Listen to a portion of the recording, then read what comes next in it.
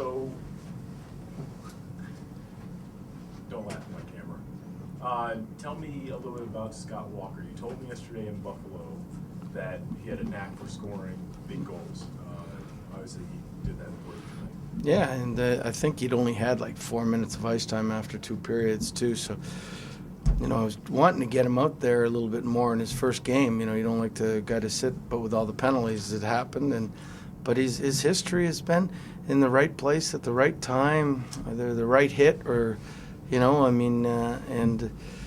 sometimes you look at around the league and the trades and the guys that are scoring on the first game, it's, big game players. On the second goal in particular, he deflected, I think, Mike Green's one shot, and then he dived. He stayed with it, and he dove, and then got it by him. I don't think it hit the back of the net, but it doesn't matter.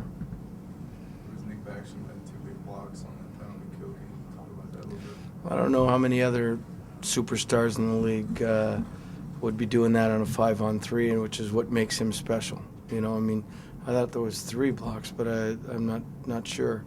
But it was definitely a turning point. They had made it, I think, 3-2 at that point, and then, we let up when we made it 4-2. But if they had got that, if they'd have scored one early when Nicky was out there, then all of a sudden they still got a 4-on-3 again, and they could have got the lead. And it's a lot different story playing with the lead than playing from behind. Bruce, did the guys you got specifically fill needs that you especially have so that they'll fit into the locker room? Because guys will say, we need that guy. Well, I hope so. I don't know. The biggest fear is they're all good players. Corvo, Belanger, Jersina, and Walker, all good players. But we got good players. So I'm just, it's the biggest fear as a coach is hoping they meld as a unit and as individuals off the ice, so that if one of them is not playing, they're not.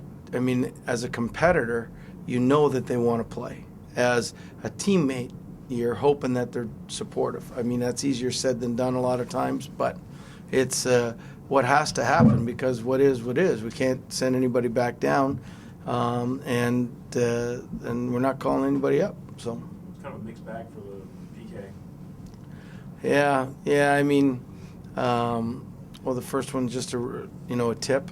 And those things, I think we overguarded Stamkos a little bit too much. Tom Poti went out and then left Downey alone in front of the net. The second one, again, we were overplaying Stamkos, and LeCavalier comes down the middle and pretty open. But, it's they were 2 for 5 or 2 for 6 on the power play. This is one of the few teams in the league, I think, that A, we end up taking a lot of penalties against, and B, has had success against us on the power play.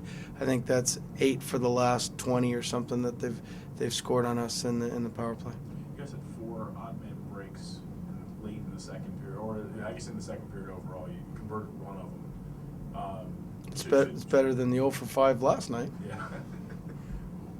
Would you like to see more of them going? Poti, seemed to make a pass that maybe should have taken a shot. And maybe Semin should have opened up instead of done a flyby. Just cruised by. There's lots of mistakes, and I think that's, sometimes it gets in this stage. It's when you're 30 points ahead in your division,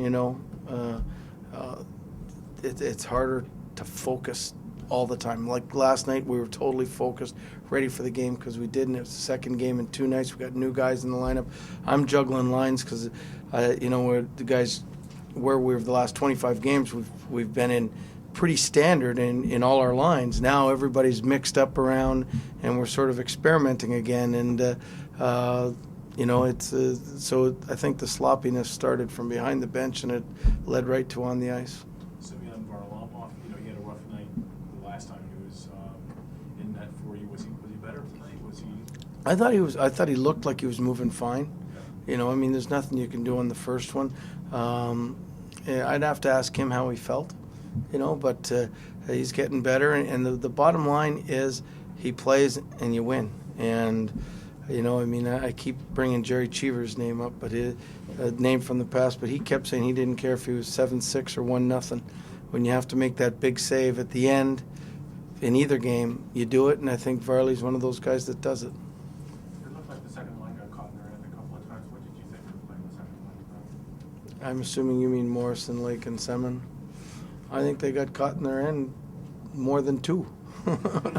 I thought they played soft tonight, and they looked tired, and that's, and sometimes that happens. But you'd like to think that all four lines are going, but what makes our team good is when one line doesn't go, whether it's Ovi's line, Semin's line, or somebody else. Somebody else is capable of putting the puck in the net, like Ovi's line. Mike Knuble got 2 goals, but only one when Ovi and Nick were on the ice, and you get 2 from Scott Walker, and you find different areas to score, and that's what makes our team difficult to beat. I think you continue to experiment with Joe Corvo on the power play.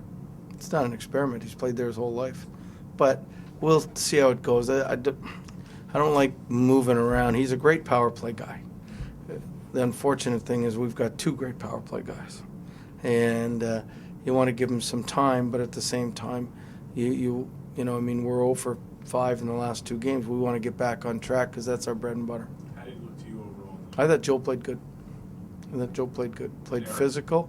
I thought Eric is hard on himself. I know him well, and when he was struggling at the beginning a little bit, and I think he's the kind of guy that he'll play an awful lot better when he gets to know his surroundings an awful lot better. We've thrown, we've thrown a completely different system at these guys. And I know it's said a lot, but they're going, whoa, we've never played like that. In recent years. So it's a lot to get in the head and understand, and I thought they picked it up well. And but there's a lot to think about, especially when you're new. You don't want to make mistakes, so you play overly cautious rather than playing, just going out there and doing what you do best and playing, and that's totally understandable. When Joe and Belanger played through before, you had a different system? No, but it was 10 years ago, and I'm sure they've forgotten it, because I've tweaked it every year too. So What did you think of John Carlson's play tonight? John he had one bad shift in the first period when they held the second line in. If you want to call it, I don't call it second line. They called Brooks's and Mo's line in, and I thought he gave away the puck 2 or 3 times, but he made some great outlet passes and played real well. Walker's 2 goals kind of speak for themselves, but did any of the other 3 seem to you like they fit in almost better than you thought they would? No, I pretty well knew what I was getting. Walker's the only one I really didn't know because he's the only one I haven't coached and don't know him personally. But he's doing well. Another solid game for Knuble, and he's had a lot of them over the stretch. Can you talk about what he's meant, tonight and over this stretch of games? What he's always meant. He's a great player. He's a big attribute to our team. That's, he's the guy we write about all the time and does good all the time. So can't say anything more about him. Have you ever had so many people on the roster in your coaching career? I doubt it. Maybe in training camp. That's it. So, all right.